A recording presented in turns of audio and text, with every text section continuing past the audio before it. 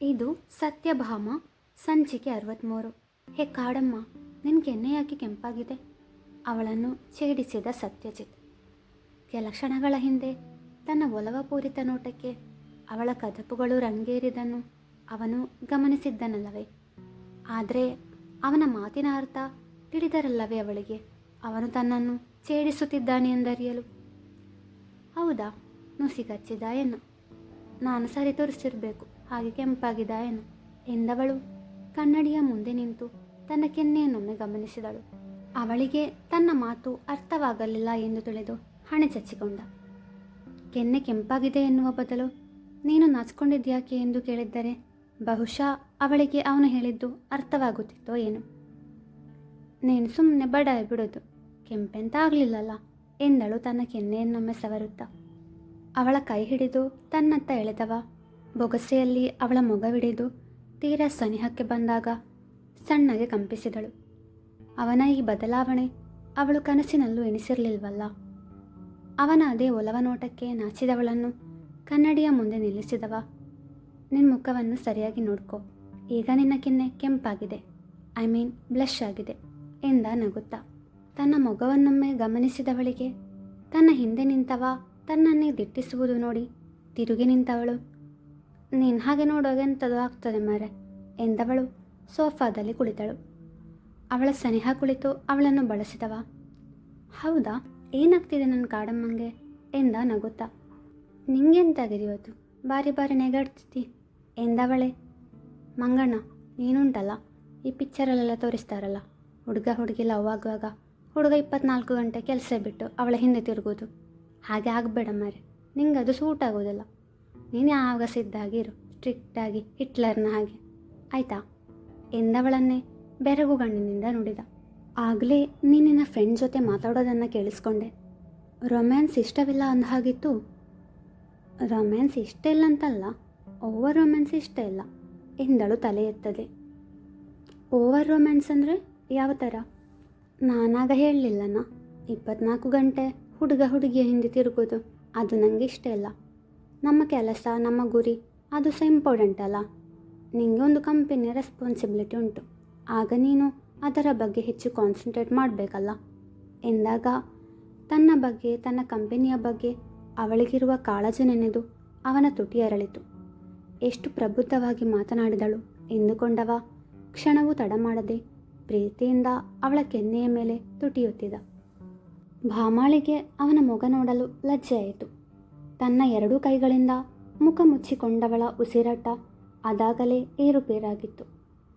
ಮುಖ ಮುಚ್ಚಿದ ಕೈಗಳನ್ನು ಬಿಡಿಸಿಕೊಂಡವ, ಕಾಡಮ್ಮ ನನ್ನನ್ನು ನೋಡು ಎಂದ ಅವಳ ಮೊಗವನ್ನು ಬೊಗಸೆಯಲ್ಲಿ ಹಿಡಿದು. ಅವಳು ರೆಪ್ಪೆ ಬಾಗಿಸಿಯೇ ಇದ್ದಳು. ನನ್ನ ಕಾಡಮ್ಮ ಹೀಗೆ ನಾಚ್ಕೊಳ್ತಾಳೆ ಅಂತ ನಾನು ಕನಸಲ್ಲೂ ಅಂದ್ಕೊಂಡಿರಲಿಲ್ಲ. ನಿನ್ನ ರೊಮ್ಯಾನ್ಸ್ ಲಿಸ್ಟಲ್ಲಿ ಕಿಸ್ ಮಾಡೋದು ಇದೆಯಲ್ಲ ಎಂದು ಪ್ರಶ್ನಿಸಿದ. ನಿಂಗೆ ಇವತ್ತೆಂಥದ್ದು ಆಗಿದೆ. ಲವ್ ಹೇಳಿದಷ್ಟೇ ಅಲ್ಲ, ಇಷ್ಟು ಬೇಗ ಹೀಗೆ ಮಾಡ್ತಿಂತ ಗೊತ್ತಿರಲಿಲ್ಲ. ನನಗೆ ಎದೆಯಲ್ಲಿ ಚಂಡೆ ಬಡಿದ ಹಾಗೆ ಜೋರು ಡಮ್ ಡಮ್ ಸೌಂಡ್ ಕೇಳ್ತಾ ಉಂಟು ಎಂದಳು ನಡುಗುವ ದನಿಯಲ್ಲಿ. ಮಾನಸಿಕವಾಗಿ ಇದಕ್ಕೆ ತಯಾರಾಗಿರಲಿಲ್ಲ ಅವಳು. ಐ ಆಮ್ ಸಾರಿ ಕಾಡಮ್ಮ, ನಾನು ಆತುರಪಟ್ಟೆ ಅನಿಸುತ್ತೆ. ತನ್ನ ನಡೆ ಅವಳಿಗೆ ನೋವುಂಟು ಮಾಡಿತು ಎಂದುಕೊಂಡು ಕ್ಷಮೆ ಕೇಳಿದ. ಸಾರಿ ಅಲ್ಲ, ಬೇಡ, ನನಗಿದೆಲ್ಲ ಹೊಸತ್ತು, ಅದಕ್ಕೆಂಥದ್ದು ಆಯಿತು ಎಂದಾಗ ಅವಳತ್ತ ಉರಿಗಣ್ಣಿನಿಂದ ನೋಡಿದ. ತಲೆ ಎತ್ತಿ ಅವನನ್ನು ನೋಡಿದವಳು ಅವನ ಉರಿನೋಟ ಕಂಡು, ಈಗ ಕಣ್ಣು ದೊಡ್ಡದು ಮಾಡೋದೆಂತಕ್ಕೆ ಎಂದು ಪ್ರಶ್ನಿಸಿದಳು. ನಿನ್ನ ಪ್ರಕಾರ ನನಗೆ ಕಿಸ್ ಕೊಡೋದು, ರೊಮ್ಯಾನ್ಸ್ ಮಾಡೋದ್ರಲ್ಲಿ ತುಂಬ ಎಕ್ಸ್ಪೀರಿಯನ್ಸ್ ಇದೆ ಅಂತಾನ ಎಂದು ಕೇಳಿದಾಗಲೇ ಅವನಿಗೆ ತನ್ನ ಮಾತುಗಳಿಂದ ಕೋಪ ಬಂದಿದೆ ಎಂದು ಅರಿವಾಗಿದ್ದವಳಿಗೆ. ಸಾರಿ, ನಾನು ಹಾಗೆ ಹೇಳಿದಲ್ಲ, ನಿಂಗೆ ಸಹ ಹೊಸ್ತು. ಆದರೆ ಎಂತ ಗೊತ್ತುಂಟ, ನೀನು ಹುಡುಗ ಅಲ್ಲ, ನಿಂಗೆ ನನ್ನಷ್ಟು ಹೆದರಿಕೆ ಇರಲಿಕ್ಕಿಲ್ಲ ಅಂತ ಎಂದಳು ಮೇಲು ದನಿಯಲ್ಲಿ. ಅವನು ಮರು ಮಾತನಾಡಲಿಲ್ಲ. ಸಾರಿ ಮರೆ, ಸಿಟ್ಟು ಮಾಡಬೇಡಣ್ಣ ಎಂದು ರಾಗ ಎಳೆದಳು. ತನ್ನ ಕೆನ್ನೆಯನ್ನು ಅವಳ ತುಟಿಯ ಬಳಿ ತಂದವ. ನಾನು ಕೊಟ್ಟದನ್ನು ವಾಪಸ್ ಕೊಡು, ಆಗ ಕೋಪ ಮಾಡ್ಕೊಳ್ಳಲ್ಲ ಎಂದ. ಈ ಮಂಗಣ ಜೋರಿದ್ದಾನೆ ಎಂದುಕೊಂಡವಳೆ ಕಣ್ಣು ಮುಚ್ಚಿ ಅವನ ಕೆನ್ನೆಗೆ ಪುಟ್ಟ ಮುತ್ತಿಟ್ಟಳು. ಯಾವುದೋ ಪುಟ್ಟ ಮಗು ಬಂದು ಕಿಸ್ ಮಾಡಿದ ಹಾಗಾಯಿತು. ನನ್ನ ಲೈಫಲ್ಲಿ ಫಸ್ಟ್ ಕಿಸ್ ಈ ಥರ ಇರುತ್ತೆ ಅಂತ ಗೊತ್ತಿರಲಿಲ್ಲ. ಇವತ್ತಿಗೆ ಪರವಾಗಿಲ್ಲ, ಹೋಗ್ತಾ ಹೋಗ್ತಾ ಇಂಪ್ರೂವ್ ಮಾಡ್ಕೊ ಎಂದ. ಇದೊಳ್ಳೆದುಂಟಲ್ಲ ನಿಂದು, ನನಗೆ ಪರೀಕ್ಷೆಯಲ್ಲಿ ಮಾರ್ಕ್ಸ್ ಕಡಿಮೆ ಬಂದಿದೆ, ಇಂಪ್ರೂವ್ ಮಾಡಲಿಕ್ಕೆ ಎಂದವಳೆ. ಮಂಗಣ್ಣ, ನೀನು ಚಾಕ್ಲೇಟ್ ಹೀರೋ ಹಾಗೆ ಆಡಬೇಡಣ್ಣ, ನಿನಗೆ ಚಂದ ಕಾಣುವುದಿಲ್ಲ ಎಂದಳು. ಅವಳ ಮಾತಿಗೆ ನೀನೊಬ್ಳು ವಿಚಿತ್ರ ಹುಡುಗಿ ಎಂದವ ಮಂಚದಲ್ಲಿ ಅಂಗಾತ ಮಲಗಿದ. ಅವಳು ನಕ್ಕು ಕೆಳಗಡೆ ಹೋದಳು. ಸ್ಪಂದನ ತನ್ನ ತಾಯಿಯ ಕೋಣೆಗೆ ಹೋದವಳು ಮೊದಲು ಡ್ರಾಯರ್ನೊಳಗಡೆ ಹುಡುಕಿದಳು. ತನ್ನಮ್ಮನ ದೊಡ್ಡಪ್ಪನ ಬಗ್ಗೆ, ಅವರ ಊರಿನ ಬಗ್ಗೆ ಏನಾದರೂ ಸುಳಿವು ಸಿಗುವುದೋ ಎಂದು. ಆದರೆ ಡ್ರಾಯರ್ನಲ್ಲಿ ಅವಳಿಗೇನೂ ಸಿಗಲಿಲ್ಲ. ಕಬೋರ್ಡ್ ತೆರೆದು ನೋಡಿದಳು. ಅದರಲ್ಲಿ ಅವಳಿಗೆ ಒಂದು ಡೈರಿ ಸಿಕ್ಕಿತು. ಖುಷಿಯಿಂದ ಅದನ್ನು ತೆರೆದು ನೋಡಿದಳು. ಆದರೆ ಆ ಡೈರಿಯಲ್ಲಿ ಅವರು ಹಿಂದೆ ಬಟ್ಟೆ ಹೊಲಿದವರ ಅಳತೆ ಹಾಗೂ ಬಟ್ಟೆ ಕೊಡಬೇಕಾದ ತಾರೀಕು ಅಷ್ಟೇ ಇತ್ತು. ಅವಳ ಮುಖ ಬಾಡಿದ ಹೂವಿನಂತಾಯಿತು. ಡೈರಿಯನ್ನು ಅದರ ಸ್ಥಾನದಲ್ಲಿ ಸೇರಿಸಿದವಳೆ ಮತ್ತೆ ಕಬೋರ್ಡ್ ಪೂರ್ತಿ ಹುಡುಕಿದಳು. ಅವಳ ಪ್ರಯತ್ನ ಸಫಲವಾದಂತೆ ಒಂದು ದಂಪತಿಗಳ ಫೋಟೋ ಸಿಕ್ಕಿತು. ಫೋಟೋದತ್ತ ದಿಟ್ಟಿಸಿದವಳಿಗೆ ಅವರು ಸಂಧ್ಯಾರವರ ದೊಡ್ಡಪ್ಪ ದೊಡ್ಡಮ್ಮ ಇರಬಹುದೇನೋ ಎಂದನಿಸಿತು. ಆದರೆ ಅದು ಸಂಧ್ಯಾರವರ ತಂದೆ ತಾಯಿಯ ಫೋಟೋ ಎಂದು ಅವಳಿಗೆ ತಿಳಿಯಲಿಲ್ಲ. ಬೇರೆ ಯಾವ ಸುಳಿವು ಸಿಗದ ಕಾರಣ ಆ ಫೋಟೋವನ್ನು ತನ್ನ ಮೊಬೈಲ್ ಕ್ಯಾಮರಾದಲ್ಲಿ ಸೆರೆ ಹಿಡಿದವಳು ಫೋಟೋವನ್ನು ಅದರ ಸ್ಥಾನದಲ್ಲಿಟ್ಟು ಕಬೋರ್ಡ್ ಮುಚ್ಚಿ ತನ್ನ ಕೋಣೆಗೆ ಬಂದಳು. ಈ ಫೋಟೋದಲ್ಲಿರುವವರು ಅಮ್ಮನ ದೊಡ್ಡಪ್ಪ ದೊಡ್ಡಮ್ಮ ಇರಬಹುದಾ? ಹೇಗೆ ಇವರ ಬಗ್ಗೆ ತಿಳಿಯುವುದು ಎಂದುಕೊಂಡು ಸೂಕ್ಷ್ಮವಾಗಿ ಆ ಫೋಟೋವನ್ನು ಗಮನಿಸಿದಳು. ಅಮ್ಮ ನೋಡಲು ಇವರ ಹಾಗೆ ಇದ್ದಾರೆ. ಒಂದು ವೇಳೆ ಇವರು ಅಮ್ಮನ ದೊಡ್ಡಪ್ಪ ಇರಬಹುದಾ? ಅಥವಾ ಅಮ್ಮನ ಅಪ್ಪ? ಚಿಕ್ಕ ವಯಸ್ಸಲ್ಲೇ ಅವರಿಬ್ಬರು ತೀರ್ಕೊಂಡ್ರು ಅಂತ ಹೇಳಿದ್ರಲ್ವಾ ದೀಪಾ ಆಂಟಿ. ಒಂದು ವೇಳೆ ಅವರ ನೆನಪಿಗೆ ಈ ಫೋಟೋ ಅಮ್ಮ ಜೊತೆಗೆ ತಂದಿರಬಹುದಾ ಎಂದುಕೊಂಡವಳೆ ದೀಪಾರವರ ವಾಟ್ಸಪ್ಗೆ ಆ ಫೋಟೋವನ್ನು ಕಳುಹಿಸಿದಳು. ಆಂಟಿ, ಈ ಫೋಟೋ ಅಮ್ಮನ ಕಬೋರ್ಡ್ನಿಂದ ಸಿಕ್ತು. ಇವರು ಅಮ್ಮನ ದೊಡ್ಡಪ್ಪ ದೊಡ್ಡಮ್ಮ ಇರಬಹುದಾ ಎಂದು ಸಂದೇಶವನ್ನು ಕಳುಹಿಸಿದಳು. ಇವರು ನಿಮ್ಮಮ್ಮನ ತಂದೆ ತಾಯಿ. ಈ ಫೋಟೋವನ್ನು ಸಂಧ್ಯಾಳ ಬಳಿ ನೋಡಿದ್ದೀನಿ ಎಂದು ಪ್ರತ್ಯುತ್ತರ ಕಳುಹಿಸಿದರು ದೀಪಾರವರು. ಅಜ್ಜಿ ತಾತ, ನೀವು ಯಾಕೆ ನಮ್ಮಮ್ಮನನ್ನು ಒಂಟಿ ಮಾಡಿ ಹೋಗ್ಬಿಟ್ರಿ? ನೀವು ಬದುಕಿದ್ರೆ ನಮ್ಮಮ್ಮಂಗೆ ಈ ಸ್ಥಿತಿ ಬರ್ತಾ ಇರಲಿಲ್ಲ. ನನಗೂ ನಿಮ್ಮ ಪ್ರೀತಿ ವಾತ್ಸಲ್ಯ ಸಿಗ್ತಿತ್ತು. ನೀವು ನಮ್ಮ ಜೊತೆ ಇದ್ದಿದ್ರೆ ನನಗೂ ಚಿಕ್ಕ ವಯಸ್ಸಲ್ಲಿ ಕತೆ ಹೇಳ್ತಿದ್ರಿ ಅಲ್ವಾ? ನಮ್ಮಮ್ಮ ತುಂಬ ಒಳ್ಳೆಯವಳು. ಅವಳು ಬದುಕಿದ್ದು ನನಗೋಸ್ಕರ. ನೀವು ಅವಳನ್ನು ಒಂಟಿ ಮಾಡಿ ಹೋಗಿರಬಹುದು, ಆದರೆ ಖಂಡಿತ ನಾನು ನಮ್ಮಮ್ಮನನ್ನು ಒಂಟಿ ಮಾಡಲ್ಲ. ದಂಪತಿಗಳ ಫೋಟೋ ನೋಡಿ ನುಡಿದಳು. ಸ್ಪಂದು, ಏನು ಮಾಡ್ತಿದ್ಯಾ?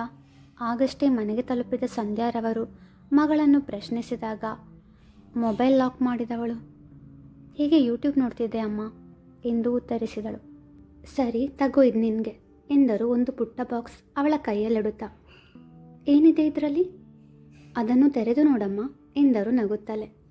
ಬಾಕ್ಸ್ ತೆರೆದು ನೋಡಿದವಳಿಗೆ ಸಂತೋಷ ಹಾಗೂ ದುಃಖ ಮಿಶ್ರಿತ ಭಾವ. ಆ ಬಾಕ್ಸ್ನಲ್ಲಿ ಚಿನ್ನದ ಓಲೆಗಳಿದ್ದವು. ಅವಳು ಕೆಲವು ವರ್ಷಗಳ ಹಿಂದೆ ಆ ಓಲೆಗಳು ಬೇಕೆಂದು ಆಸೆ ಪಟ್ಟಿದ್ದಳು. ಆದರೆ ತನ್ನಮ್ಮನ ಪರಿಸ್ಥಿತಿ ಅರಿವಿದ್ರಿಂದ ಅಮ್ಮನ ಬಳಿ ಹೇಳಿರಲಿಲ್ಲ. ತದನಂತರ ಅದರ ಬಗ್ಗೆ ಮರೆತಿದ್ದಳು. ಈಗ ಅದೇ ಓಲೆಗಳು ಅವಳ ಕೈಯಲ್ಲಿ. ಅಮ್ಮ, ಈ ಓಲೆ ತಗೊಳ್ಳಲು ದುಡ್ಡು ಎಂದು ಪ್ರಶ್ನಿಸಿದಾಗ, ಹಿಂದಿನ ಸಾರಿ ಮದುವೆ ಸೀರೆಯ ಬ್ಲೌಸ್ ಸ್ಟಿಚ್ಚಿಂಗ್ ತುಂಬ ಬಂದಿದ್ದವು. ಆ ಹಣವನ್ನು ಹಾಗೆ ಬ್ಯಾಂಕಲ್ಲಿ ಹಾಕಿದ್ದೆ. ಮತ್ತು ಈ ಸಾರಿ ತುಂಬ ಸ್ಟಿಚ್ ಮಾಡಲು ಸಿಕ್ಕಿತ್ತಲ್ವಾ, ಎಲ್ಲ ಸೇರಿಸಿ ಓಲೆ ತಗೊಂಡೆ. ಹೇಗೂ ಈಗ ಮನೆ ಖರ್ಚಿನ ಅರ್ಧ ಹಣ ನೀನೇ ಕೊಡ್ತಿದೀಯಲ್ಲ ಎಂದರು ಅವಳ ಕೆನ್ನೆ ಹಿಂಡಿ. ಅಮ್ಮ, ನೀನು ಕಷ್ಟಪಟ್ಟು ದುಡಿದ ಹಣ ಎಲ್ಲ ನನಗೋಸ್ಕರನೇ ಖರ್ಚು ಮಾಡ್ತೀಯ. ನಿನಗೆ ಅಂತ ಯಾವುದೇ ಆಸೆಗಳಿಲ್ವಾ ಎಂದು ಅವರನ್ನು ತಬ್ಬಿ ಎತ್ತಾಗ, ಇವಾಗ ಅಳೋದು ಯಾಕೆ? ನನ್ನ ಆಸೆ ಕನಸುಗಳೆಲ್ಲವೂ ನೀನೆ. ನೀನು ಖುಷಿಯಾಗಿದ್ದರೆ ಅಷ್ಟೇ ಸಾಕು ಈ ಅಮ್ಮಂಗೆ ಎಂದು ಅವಳ ಹಣೆಗೆ ಮುತ್ತಿಟ್ಟರು ಸಂಧ್ಯಾರವರು. ಅಮ್ಮ, I love you, you are the best ಎಂದಳು. ನೀನು ಕೂಡ ದಿ ಬೆಸ್ಟ್, ನನ್ನ ಮಗಳು ಅಪರಂಜಿ ಎಂದರು ಚಂದದ ನಗೆ ಬೀರುತ್ತಾ.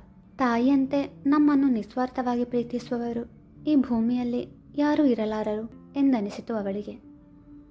ಅಮ್ಮ, ನಿನ್ನ ದೊಡ್ಡಪ್ಪ ನಿನ್ನನ್ನು ಕ್ಷಮಿಸ್ತಾರೆ. ಕ್ಷಮಿಸೋ ಹಾಗೆ ನಾನು ಮಾಡ್ತೀನಿ. ಅವರೆಲ್ಲಿದ್ದಾರೆ ಅಂತ ಹುಡುಕಿ ನಮ್ಮ ಮನೆಗೆ ಕರ್ಕೊಂಡು ಬರ್ತೀನಿ. ನಿನ್ನ ತಪ್ಪು ಇರಲಿಲ್ಲ ಅಂತ ಅವರಿಗೆ ಅರಿವು ಮೂಡಿಸ್ತೀನಿ ಎಂದುಕೊಂಡಳು ಮನದಲ್ಲಿ. ರಾತ್ರಿ ನಿದ್ದೆ ಇಲ್ಲದೆ ಒದ್ದಾಡಿದವಳು ಅಮ್ಮನ ರೂಮಿನಲ್ಲಿ ಕಬೋರ್ಡ್ ಹಾಗೂ ಡ್ರಾಯರ್ ಎಲ್ಲ ಹುಡುಕಿದ್ದಾಯಿತು. ಎಲ್ಲೂ ಅಮ್ಮನ ಫ್ಯಾಮಿಲಿ ಬಗ್ಗೆ ಯಾವುದೇ ಮಾಹಿತಿ ಸಿಗಲಿಲ್ಲ, ಅವರ ಅಪ್ಪ ಅಮ್ಮನ ಫೋಟೋ ಬಿಟ್ಟು. ಇನ್ನೆಲ್ಲಿ ಹುಡುಕುವುದು ಎಂದು ಯೋಚಿಸಿದಾಗ ಅವಳಿಗೆ ಅವಳ ಮನೆಯ ಪುಟ್ಟ ಸ್ಟೋರ್ ರೂಮ್ ನೆನಪಾಯಿತು. ಎಸ್, ನಾನು ನಮ್ಮ ಸ್ಟೋರ್ ರೂಮ್ನಲ್ಲಿ ಹುಡುಕಲೇ ಇಲ್ವಲ್ಲ. ಅಮ್ಮ ಬಟ್ಟೆ ಹೊಲಿದು ಉಳಿದ ಬಟ್ಟೆಯ ತುಂಡುಗಳನ್ನು ಸ್ಟೋರ್ ರೂಮ್ನಲ್ಲಿ ಇಟ್ಟಿರ್ತಾಳೆ ಅಲ್ವಾ. ನಾನಂತೂ ಅಲ್ಲಿಗೆ ಹೋಗೋದೇ ಇಲ್ಲ. ಒಂದು ವೇಳೆ ಅಲ್ಲಿ ಏನಾದರೂ ಕ್ಲೂ ಸಿಕ್ಕಿದ್ರೆ ಅಮ್ಮ ಮನೆಯಲ್ಲಿ ಇಲ್ಲದ ಹೊತ್ತಲ್ಲಿ ಅಲ್ಲಿ ಒಮ್ಮೆ ಹೋಗಿ ಹುಡುಕಬೇಕು ಎಂದು ನಿರ್ಧರಿಸಿದ ನಂತರವೇ ಅವಳಿಗೆ ನಿದ್ದೆ ಬಂದದ್ದು. ಮರುದಿನ ಆಫೀಸ್ ಕೆಲಸ ಮುಗಿಸಿ ಭಾಮಳ ಆಫೀಸಿನ ಬಳಿ ಬಂದಳು. ಭಾಮ ಅದಾಗಲೇ ತನ್ನ ಕೆಲಸ ಮುಗಿಸಿ ಸತ್ಯಜಿತ್ನ ಕ್ಯಾಬಿನ್ನಲ್ಲಿ ಕುಳಿತಿದ್ದಳು. ಸ್ಪಂದನ ಅವಳಿಗೆ ಕರೆ ಮಾಡಿ ಬರಲು ಹೇಳಿದಾಗ ಅವಳು ಸತ್ಯಜಿತ್ಗೆ ಹೇಳಿ ಸ್ಪಂದನ ಜೊತೆ ಮಾತನಾಡಲು ಹೊರಬಂದಳು. ಭಾಮ, ಇಲ್ಲೇ ಪಕ್ಕದಲ್ಲಿರೋ ಕಾಫಿ ಶಾಪ್ಗೆ ಹೋಗೋಣವಾ ಎಂದಾಗ ಆಯಿತು ಹೋಗುವ ಎಂದವಳು ಅವಳ ಜೊತೆ ಕಾಫಿ ಶಾಪ್ಗೆ ಹೋದಳು. ಎಂಥ ಸಂಗತಿ ಮರೇತಿ, ಅಮ್ಮನ ರೂಮಿನಲ್ಲಿ ಹುಡುಕಿದ್ಯಾ? ಎಂತಾದರೂ ಗೊತ್ತಾಯ್ತಾ? ಕಾಫಿ ಹೀರುತ್ತಾ ಕೇಳಿದಳು ಭಾಮ. ತನ್ನ ಮೊಬೈಲ್ನಲ್ಲಿದ್ದ ಫೋಟೋ ತೋರಿಸಿದವಳು, ಇವರು ಅಮ್ಮನ ಅಪ್ಪ ಅಮ್ಮ. ಅಮ್ಮನ ರೂಮಿನಲ್ಲಿ ಈ ಫೋಟೋ ಬಿಟ್ಟು ಬೇರೇನೂ ಸಿಗಲಿಲ್ಲ ಎಂದವಳೆ. ಸ್ಟೋರ್ ರೂಮ್ನಲ್ಲಿ ಒಮ್ಮೆ ಹುಡುಕಬೇಕು ಎಂದಳು. ಅದೊಳ್ಳೆ ಐಡಿಯಾ ಮರೇತಿ. ಹಳೆ ಪೆಟ್ಟಿಗೆ ಎಂತಾದರೂ ಸಿಗ್ತದ ನೋಡು. ಹಳೆ ಸಾಮಾನು ಯಾರು ನೋಡುವುದಿಲ್ಲ ಅಂತ ಅದರಲ್ಲಿ ಸಿಟ್ಟಿರ್ಬೋದಲ್ಲ. ಡೈರಿ ಇರಲಿಕ್ಕಿಲ್ಲ, ಫೋಟೋ ಎಂತಾದರೂ ಸಿಗ್ಬೋದು. ನಿನ್ನಮ್ಮನಿಗೆ ಡೈರಿ ಬರಲಿಕ್ಕೆ ಸಮಯ ಸಿಗುವುದಿಲ್ಲಲ್ಲ ಎಂದಾಗ ಸ್ಪಂದನಾಳಿಗೂ ಅದೇ ಸರಿ ಎನಿಸಿತು. ಭಾಮಳನ್ನು ಆಫೀಸಿನ ತನಕ ಬಿಟ್ಟು ಸ್ಪಂದನ ತನ್ನ ಮನೆಯತ್ತ ಹೊರಟಳು. ಏನಿವತ್ತು ಕಾಡಮ್ಮ ತುಂಬ ಬಿಸಿ ಇದ್ದಾಳೆ? ತನ್ನ ಕ್ಯಾಬಿನ್ಗೆ ಬಂದ ಮಡದಿಯನ್ನು ಛೇಡಿಸಿದ ಸತ್ಯಜಿತ್. ಮಂಗಣ್ಣ ಮಾತ್ರ ಯಾವಾಗಲೂ ಬಿಸಿ ಇದ್ದರೆ ಸಾಕ, ನಾನು ಸೊಮ್ಮೊಮ್ಮೆ ಬಿಸಿ ಆಗ್ತೇನಾ? ನಿನ್ನ ಬಿಸಿ ನೋಡಿ ನಿನ್ನ ಲ್ಯಾಪ್ಟಾಪ್ಸ್ ಬಿಸಿಯಾಗಿದೆ ಎಂದಳು ನಗುತ್ತಾ. ನಾನು ಪ್ರಪೋಸ್ ಮಾಡಿದ್ದೆ ತಡ, ಮಂಗಣ್ಣ ಅಂತ ನನ್ನ ಹೆಸರನ್ನು ಘೋಷಣೆ ಮಾಡಿ ಬಿಟ್ಟಿರುವ ಹಾಗಿದೆ. ಸ್ವಲ್ಪ ಹೆಚ್ಚೇ ಸಲುಗೆ ತಗೊಳ್ತಿದ್ಯಾ ಅಂತ ಅನಿಸ್ತಿಲ್ವಾ ನಿಂಗೆ ಎಂದ ಪೇಪರ್ ವೇಟ್ ತಿರುಗಿಸುತ್ತಾ. ನಾನು ನಿನ್ನ ಹೆಂಡತಿ ಅಲ್ಲ, ಮತ್ತು ಸ್ವಲ್ಪ ಜಾಸ್ತಿ ಅಂತೆಲ್ಲ ಎಂತ ಇಲ್ಲ ಮಂಗಣ್ಣ. ನೀನು ನನ್ನನ್ನು ಕಾಡಮ್ಮ ಅಂತ ಕರೀತಿಯಲ್ಲ, ಅದಕ್ಕೆ ನಾನು ಮಂಗಣ್ಣ ಅಂತ ಕರೆಯೋದು. ನಾವಿಬ್ಬರು ಇರುವಾಗ ಮಾತ್ರ ಅಲ್ಲ ಹೀಗೆ ಕರೆಯೋದು, ಬೇರೆಯವರೆದುರು ಕರೆಯುವುದಿಲ್ಲಲ್ಲ ಎಂದವಳೆ. ಮಂಗಣ್ಣ, ನಿಂಗೆಂತಕ್ಕೆ ನಾನು ಇಷ್ಟ ಆಗಿದ್ದು ಎಂದು ಕೇಳಿದಳು. ನಿಂಗೆ ಯಾಕೆ ನಾನು ಇಷ್ಟ ಆದೆ ಅಂತ ಮೊದಲು ಹೇಳು, ಆಮೇಲೆ ನಾನು ನೀನು ಯಾಕೆ ಇಷ್ಟವಾದೆ ಅಂತ ಹೇಳ್ತೀನಿ ಎಂದವನಿಗೆ ಅವಳ ಉತ್ತರ ಏನಾಗಿರಬಹುದು ಎಂಬ ಕುತೂಹಲವಿತ್ತು. ಅದಾ, ಮನೆಯಲ್ಲೆಲ್ಲರೂ ಹೇಳಿದ್ದಕ್ಕೆ ನೀನನ್ನು ಮದುವೆಯಾಗಿದ್ದು, ಮತ್ತು ಆವಾಗ ಸಹ ಹೀಗೆ ಜಗಳ ಮಾಡಿಕೊಂಡಿರ್ಲಿಕ್ಕೆ ಆಗ್ತದಾ? ನಿಂಗೆ ನಾನು ಇಷ್ಟ ಅಂತ ಹೇಳಿದೆಯಲ್ಲ, ಸುಮ್ಮನೆಂತಕ್ಕೆ ನಿಂಗೆ ಬೇಜಾರು ಮಾಡೋದಂತ ನಾನು ಸಹ ನನಗೆ ನೀನು ಇಷ್ಟ ಅಂತ ಹೇಳಿದೆ ಎಂದವಳೆ ಅವನ ಮುಖಭಾವ ಗಮನಿಸಿದಳು. ಅವಳ ಮಾತಿನಿಂದ ಅವನ ಮೊಗ ಅದಾಗಲೇ ಕೋಪದಿಂದ ಕೆಂಪಾಗಿತ್ತು. ನಿನ್ನ ಕರುಣೆ ಅನುಕಂಪ ನಂಗೆ ಬೇಕಾಗಿಲ್ಲ. ನಾನು ನಿನ್ನನ್ನು ಪ್ರಪೋಸ್ ಮಾಡಿದೆ ಅನ್ನೋ ಕಾರಣಕ್ಕೆ ನೀನು ನನ್ನನ್ನು ಪ್ರೀತಿಸಬೇಕಾಗಿಲ್ಲ ಎಂದವ ತನ್ನ ಲ್ಯಾಪ್ಟಾಪ್ ಶಟ್ ಡೌನ್ ಮಾಡಿ ಎದ್ದು ನಿಂತರೆ ಅವಳ ಕಣ್ಣಿಗೆ ಅವನು ಹಠಮಾರಿ ಪುಟ್ಟ ಹುಡುಗನಂತೆ ಕಂಡ. ಅವನು ಇನ್ನೇನು ಕ್ಯಾಬಿನ್ ಡೋರ್ ತೆರೆದು ಹೋಗಬೇಕು, ಅವನ ಕೈ ಹಿಡಿದಳು. ಅವಳು ಹಿಡಿದಿರುವ ತನ್ನ ಕೈಯತ್ತ ಒಮ್ಮೆ ನೋಡಿ ಅವಳತ್ತ ಚೂಪು ನೋಟ ಬೀರಿದ. ನಿಂಗೆ ನಾನು ಯಾಕೆ ಇಷ್ಟ ಅಂತ ಹೇಳಲಿಲ್ಲ ನೀನು ಎಂದಳು ಮುದ್ದಾಗಿ. ನನಗೆ ಮಾಡೋಕ್ಕೆ ಬೇರೆ ಕೆಲಸ ಇರಲಿಲ್ಲ, ತುಂಬ ಬೋರ್ ಆಗ್ತಿತ್ತು. ಯಾರನ್ನಾದರೂ ಗರ್ಲ್ ಫ್ರೆಂಡ್ ಮಾಡಿಕೊಂಡ್ರೆ ಸತ್ಯಜಿತ್ ಮದುವೆಯ ನಂತರ ಗರ್ಲ್ ಫ್ರೆಂಡ್ ಜೊತೆ ಸುತ್ತಾಡ್ತಿದ್ದಾನೆ ಅಂತ ಮೀಡಿಯಾದಲ್ಲಿ ಸುದ್ದಿ ಹರಿದಾಡುತ್ತೆ. ಅದಕ್ಕೆ ನಿನ್ನನ್ನೇ ಗರ್ಲ್ ಫ್ರೆಂಡ್ ಮಾಡಿಕೊಂಡೆ ಎಂದ ವ್ಯಂಗ್ಯವಾಗಿ. ಅವನು ಹೇಳಿದ್ದು ಸುಳ್ಳು ಎಂದು ಅರಿಯದವಳಲ್ಲ ಅವಳು. ಆದರೂ ಅವನ ಉತ್ತರ ಅವಳಿಗೆ ಹಿಡಿಸಲಿಲ್ಲ.